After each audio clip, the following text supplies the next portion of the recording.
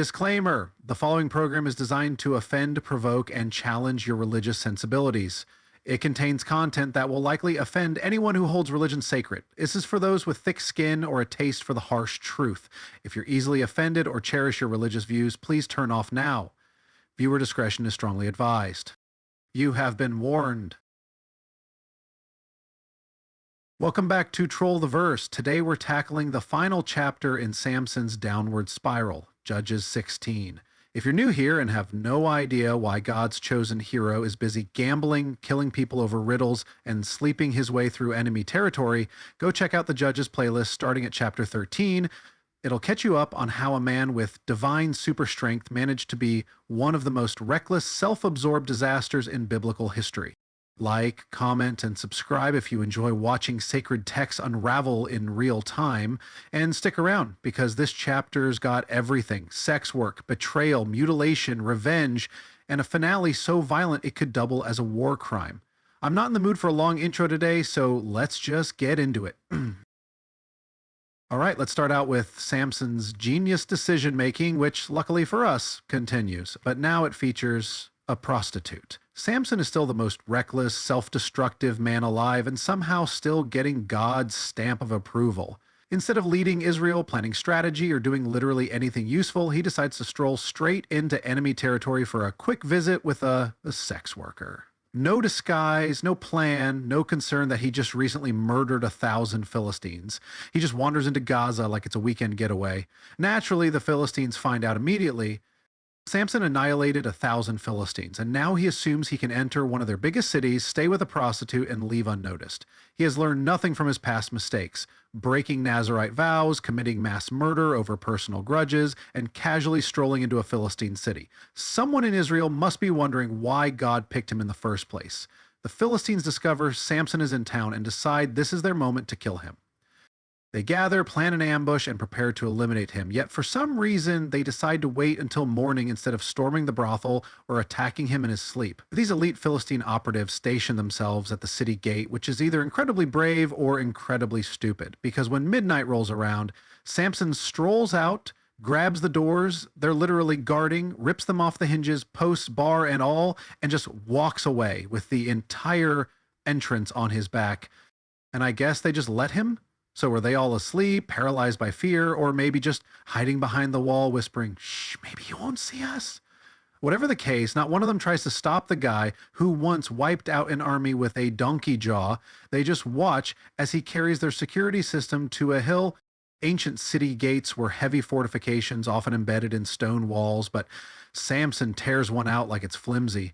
Meanwhile, the Philistines, who waited all night, do nothing to stop him. He didn't need to carry the whole thing. He did it to humiliate them, ensuring they'd find their city defenseless in the morning. If you think this is the height of his foolishness, be patient. Samson's worst decision is still on the way. Samson has officially entered the "I'm just here for the worst possible life choices" era. He's already been burned by one Philistine woman, nearly captured more times than he can count, and left a trail of corpses and charred fields behind him. So what's his next move? Fall in love with another woman from Philistine-adjacent territory. The location? The Valley of Sorek, a blurry border zone between the tribe of Dan and Philistine land. Not quite enemy capital, but definitely not Israelite safe space either. Think red light district meets demilitarized zone. And now we meet Delilah. The Bible never actually says she's a Philistine, which I find odd. That's not an oversight, it's the Bible being intentionally vague here. Samson's first wife was called a Philistine outright, but Delilah? No tribe, no nationality, no context, just a woman from Sorek. That silence is louder than most of the verses. But the Philistine rulers don't seem confused. They walk up to her like she's one of their own, drop a literal fortune on her doorstep and say, "Hey, want to betray our greatest enemy?" Not a spy mission, not a reconnaissance job, straight up betrayal. And Delilah doesn't flinch. She takes the deal before the ink's dry. So what are the options here? Either Delilah is a Philistine, and for some reason the text just forgets to mention it, or she's an Israelite, so tangled up in Philistine society, they basically treat her like one of their own. And let's be honest, they don't treat her like a civilian, they treat her like a trusted operative. If she weren't already on their side, this wouldn't be a negotiation. It'd be treason. But it's not. It's business. And clearly business is booming. Now, could she secretly be an Israelite? That would have been a fantastic twist. Believe me, I checked. But no, the text leaves it suspiciously blank. Just a woman from Sorek. Not a tribe, not a nation. And sure, her name, Delilah, does sound Hebrew. It shares roots with words like Layla, night, and some scholars argue it could hint at a darker symbolic role. But even if her name is Hebrew, that doesn't confirm anything. People switch teams all the time when silver's involved. Just ask Judas. But we can't prove it, but it can't be disproven either, so let's move on. And it's not just any bribe. Each ruler offers 1,100 silver pieces. That's not help us out money. That's sell your soul and retire on the coast money. That's build a compound and never talk to another man again money. And Delilah, she's already planning where the beach chairs go. No hesitation, no guilt, just a payday. Delilah flat out asks how to make him weak, because nothing screams romance like, tell me how to hurt you. Samson lies, which means he clearly suspects something is off. But instead of taking the hint and running, he decides to toy with it like this is all some kind of kink-fueled trust exercise. Delilah immediately puts the fake weakness to the test. She ties him up with the fresh cords and then yells out, "Philistines are upon you!" The text says they're hiding in the inner room, but it never says what happens to these Philistines. Samson just breaks the cords like they're tissue paper, and the ambush is blown. But here's what matters. He knows. He knows she tried to set him up. She shouted, "The Philistines are upon you," and he breaks the cords. So even if he didn't see the ambush squad, he knows something was waiting. This isn't a prank. This isn't a misunderstanding. This is a full-blown betrayal. And yet he stays. No confrontation, no exit. He just shrugs and settles in like this is foreplay. If that's not the definition of toxic commitment, I don't know what is. Delilah guilt trips him, whining that he lied to her because I guess she's the real victim here. And Samson, he gives her another fake weakness, like this is a game and not a setup that already failed once. She tries the exact same move again, ties him up, cries out, "Philistines are upon you!" And the goons in the inner room prepare for another embarrassing failure. He snaps the ropes like nothing, and the trap collapses a second time. But here's where things get weird. This time, Samson says that if he's bound with new cords, he'll be weak like one of the men. Not like any man, not like everyone else. No, he separates himself from humanity, like one of them, as if he's not already in that category. That's not just poetic flair, that's an eyebrow raiser for sure. This guy was born from a divine promise, conceived after a mysterious angelic visit, and never once described as Manoah's biological child. And now he's talking like he's something other than human? Yeah, okay, sure. Totally normal, not suspicious at all. So while Delilah's out here fumbling for a bribe and the Philistines are stacking failed ambushes, Samson's walking around talking like a Nephilim who's just waiting for the final boss fight.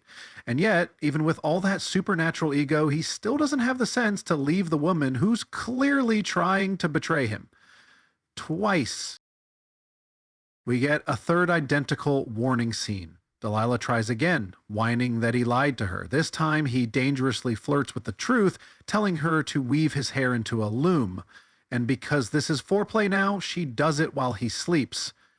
The soldiers hide again.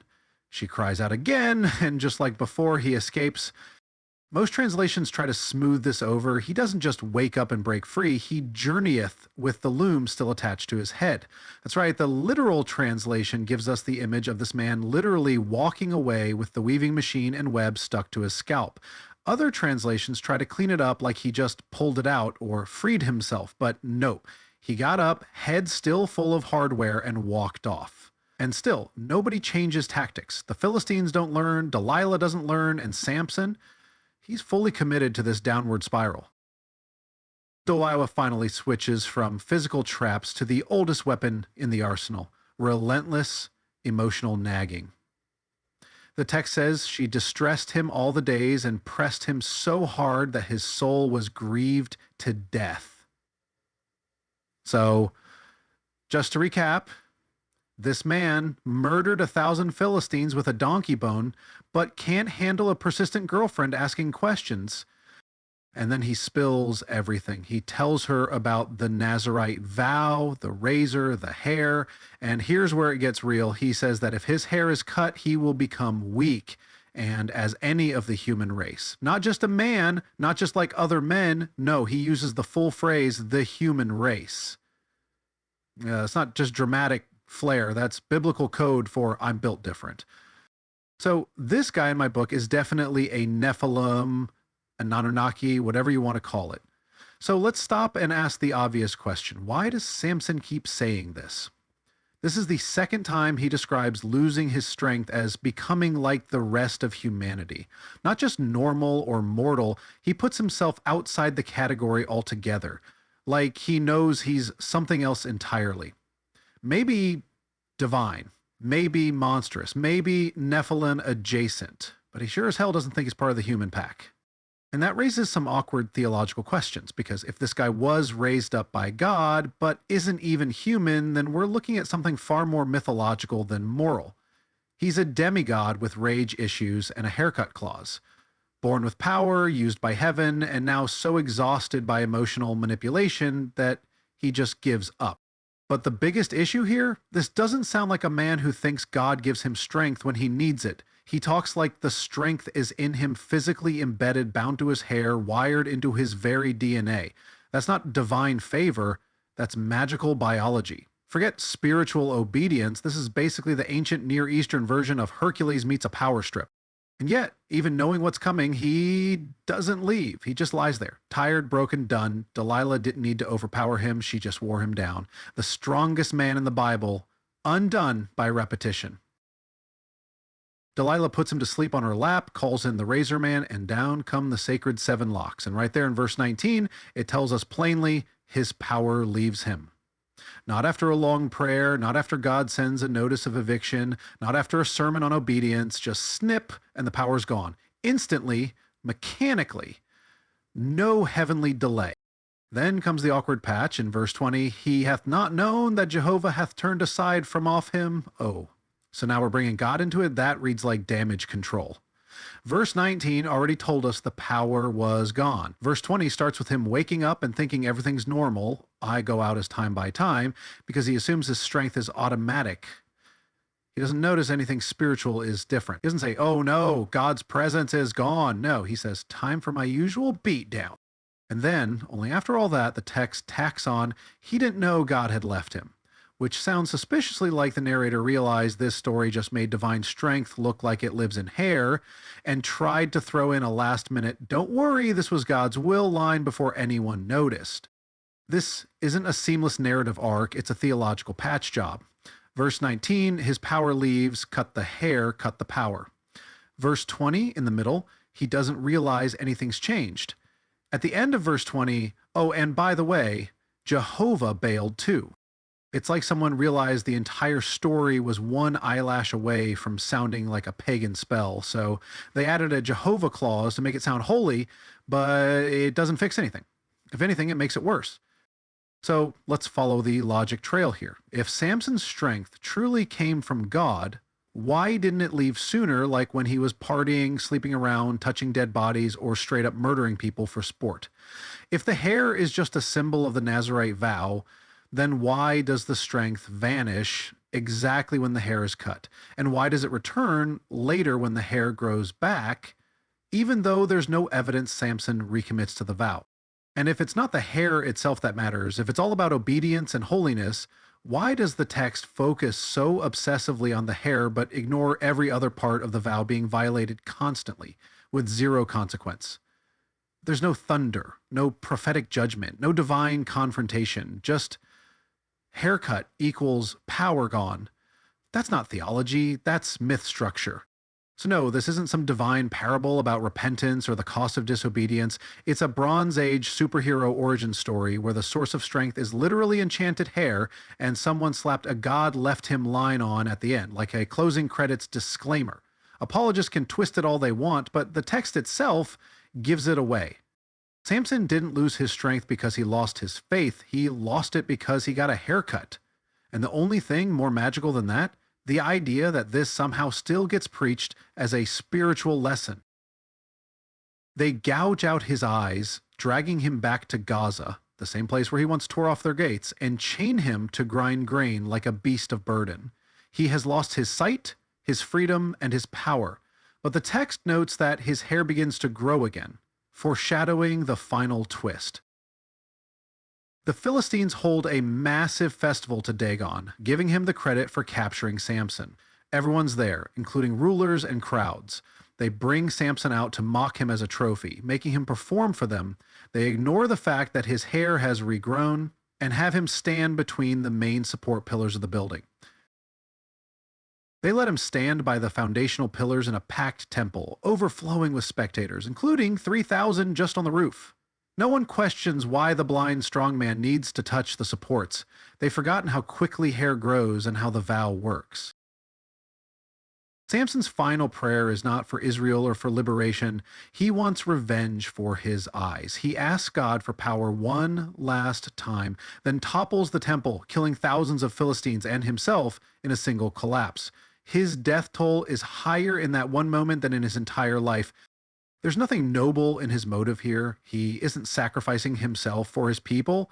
He's getting personal vengeance. It's not a grand redemption or a triumphant deliverance. It's a final act of rage in a building he pulls down as a tomb for everyone inside, including himself.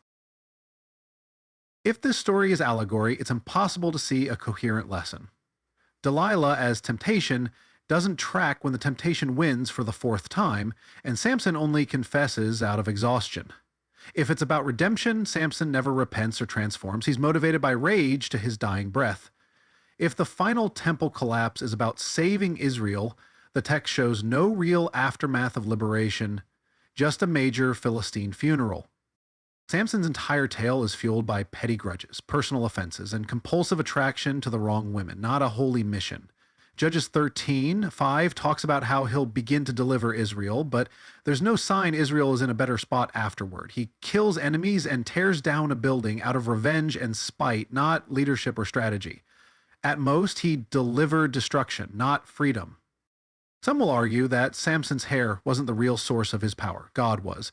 But if that's true, why does Judges 16:22 specifically mention his hair regrowing and lead up to the final act as though hair length is key?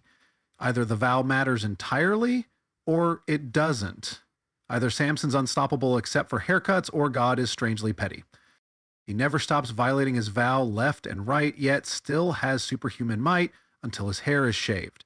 And his last prayer is about getting revenge for his eyes, not saving his people or glorifying God. The story ends with a dead Samson, a crushed temple, thousands of corpses, and no real resolution for Israel. It's not a redemption arc.